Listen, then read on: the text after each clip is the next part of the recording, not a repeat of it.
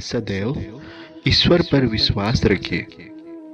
तुम्हें उससे उत्तम दिया जाएगा जो तुमसे लिया गया है।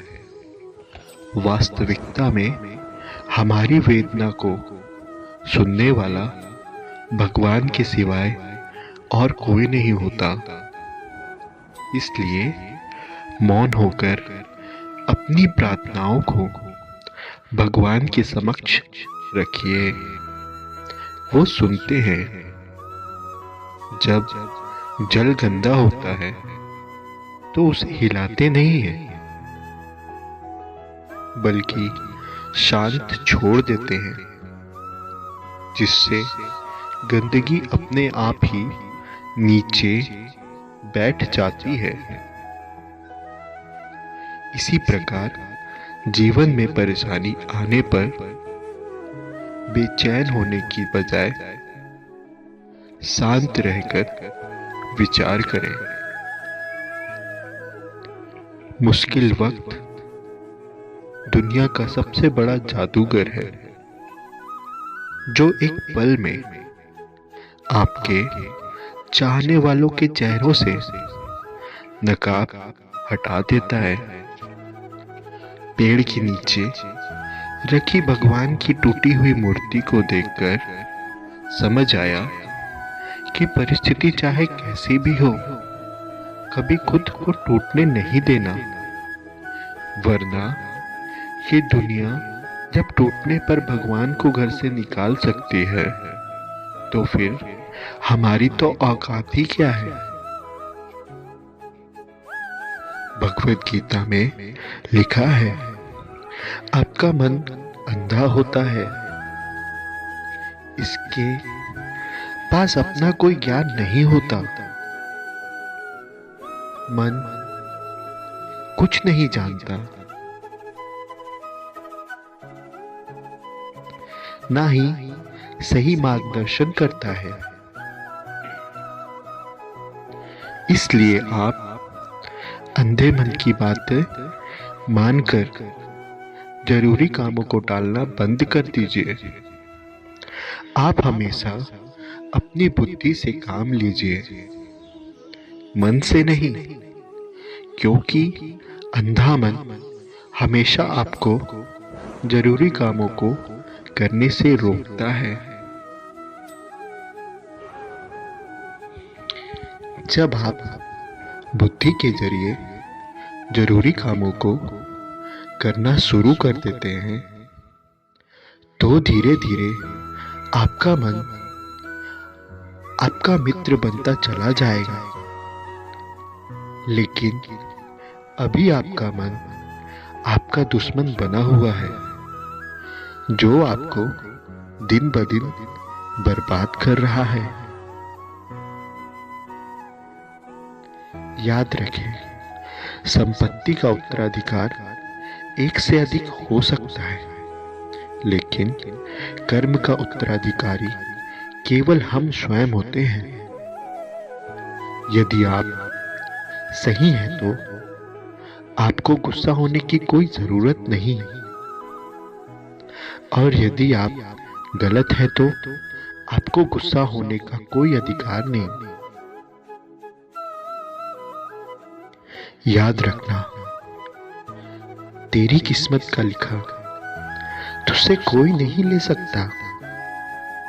अगर भरोसा है ईश्वर पर, तो तुझे वो भी मिल जाएगा जो तेरा हो ही नहीं सकता।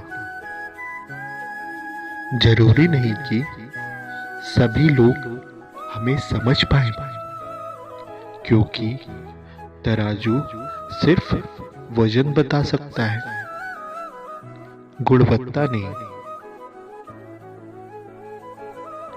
कभी अपनी सफाई किसी के सामने पेश मत करो, क्योंकि जिसे तुम पर यकीन है उसे जरूरत नहीं है, और जिसे तुम पर यकीन नहीं है वो मानेगा नहीं। याद रखिए, उतना प्रेम कभी नहीं मिलता जितने की चाहत है, मगर इतना प्रेम हमेशा दिया जा सकता है जितने की चाहत है। जीवन में अपनों से उतना ही रूठे जितने में आपकी बात और उनका मान दोनों बना रहे। बीते समय से सबक लेकर वर्तमान में कार्य करिए। इससे आपका भविष्य अपने आप ही संवर जाएगा।